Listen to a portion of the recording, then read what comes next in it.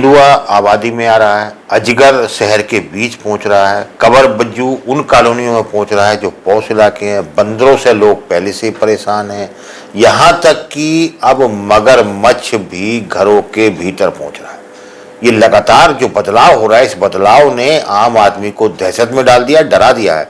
पहले आमतौर पर ये वन्य जीव सब जंगलों में मिलते थे, चाहे वो तेंदुआ हो, चाहे वो अजगर हो, चाहे वो कबर बिज्जू हो, चाहे वो नीलगाय हो, ये सब जंगल में रहते थे। लेकिन अब धीरे धीरे मुरादाबाद शहर की बात करें तो सब जंगल से निकलकर आबादी की तरफ आ गए। ठाकुर द्वारा हुआ, कांट हुआ, सब शहर के पास तेंदुए बैठे देखे जा रहे हैं।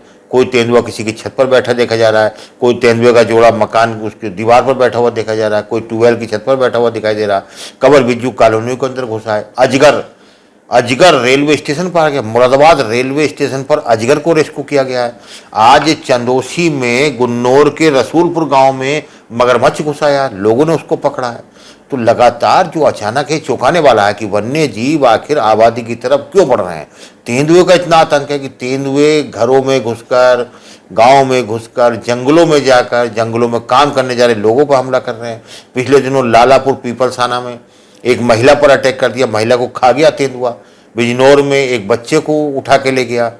पिछले दिनों खेत पर काम कर रहे एक अन्य पर हमला कर दिया। बीते दिन घोड़े को मार के खा गया।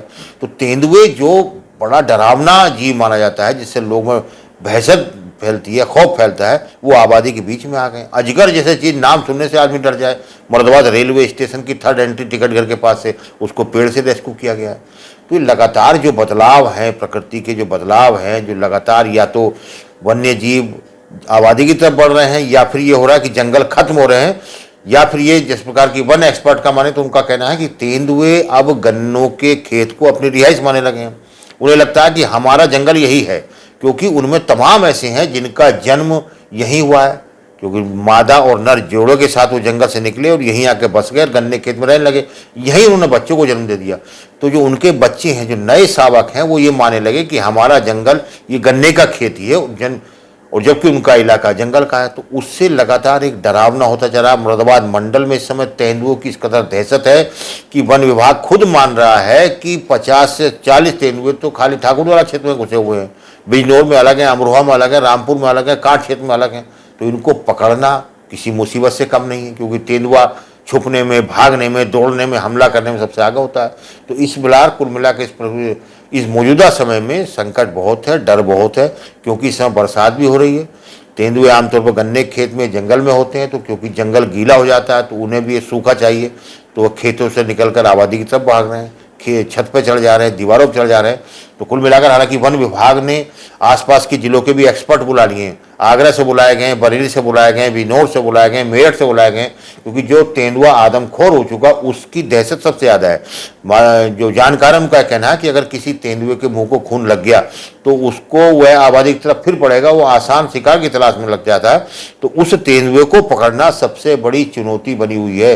वन विभाग के 50 से ज़्यादा एक्सपर्ट इस समय मुरादाबाद में डेरा डाले हुए हैं ताकि इन तेंदुओं को पकड़ा जा सके, लेकिन अभी तक कुछ हाथ नहीं लगा। लेकिन इस समय सभी को ये ध्यान रखना चाहिए जो ग्रामीण क्षेत्र के हैं कि वो खेतों पर अकेले दुकेले ना जाएं, रात बिरात को रास्तों पर ना जाएं, क्योंकि इलाकों में तेंदुए की दहशत है।